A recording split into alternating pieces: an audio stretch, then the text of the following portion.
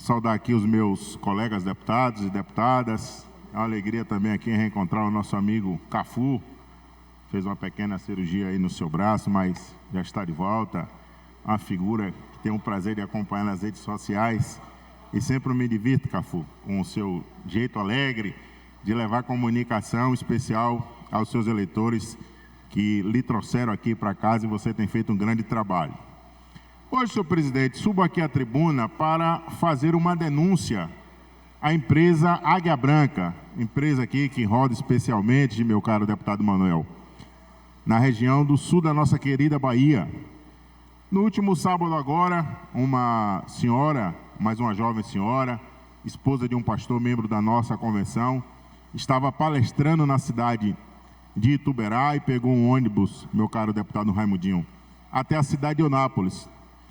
E ela já ficou um pouco preocupada que quando ela entrou no ônibus, percebeu que só tinha ela e mais duas mulheres, e o restante dos passageiros eram homens.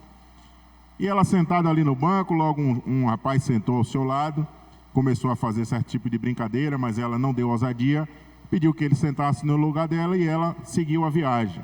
Mas ela inclusive relata até no vídeo que ela fez, ela tomou um remedinho chamado Dramin para enjoo e logo pegou no sono.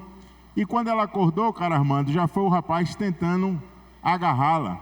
Ela gritou, fez um escândalo dentro do ônibus e ali algumas pessoas a socorreram e logo explicou o mal-entendido, lógico, entre o rapaz.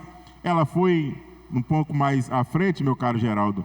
O motorista do ônibus pergunta o que estava acontecendo, ela relata o caso que estava acontecendo e, pasme os senhores, quando chega ali mais ou menos na altura de Travessão, e aqui aos caros deputados e pessoas que estão nos ouvindo, que anda pela BR-101, em especial ali, Armando, à noite em Travessão não se tem nada, é literalmente um breu. E o motorista, veio de pedir ao rapaz que descesse do ônibus, diz a ela que ela estaria sendo convidada a descer do ônibus porque ela estava atrasando a viagem do percurso que ele precisava fazer. Logo em seguida, ela diz: como é que eu vou descer aqui nesse ônibus? Eu vou descer em Travessão, especialmente de noite, e nesse caso, a vítima sou eu. E você está dando a oportunidade da vítima descer do ônibus e não o que estava tentando fazer um abuso contra uma mulher. E ele ainda chega e diz assim: a senhora não tem muito o que fazer, porque isso aqui acontece sempre e nenhuma providência é tomada. E ele convida ela a descer do ônibus novamente. Como ela disse que não teria como descer, até porque estava em Travessão, segue viagem. Na próxima cidade ele para e diz assim: aqui a senhora então já pode descer, porque a senhora disse que não queria descer em Travessão, e então a senhora pode descer aqui nessa cidade, que era a cidade de Ibirapitanga. Aí vejo o absurdo, um motorista que era para estar prestando uma assistência a uma mulher que estava sendo vítima naquele momento, e ainda foi perguntar ao rapaz se estava tudo bem com ele.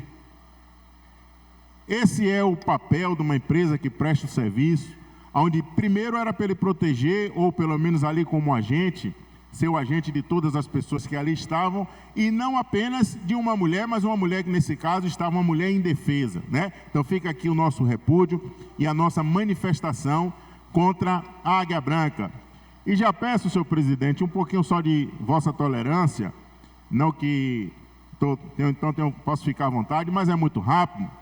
Ontem aconteceu a primeira reunião que o presidente Lula fez com os ministros. Eu falo a primeira reunião nesse ano, meu caro Robinho. E a notícia que se saiu, para mim, foram duas, quer dizer, notícias que foram as surpresas. Primeiro, a informação era que a ministra da Saúde, meu caro futuro prefeito da cidade de Itabuna, meu colega Pancadinha, é que ela saiu chorando porque tinha sido cobrada asperamente, não só pelo presidente da República, mas pelo seu colegiado.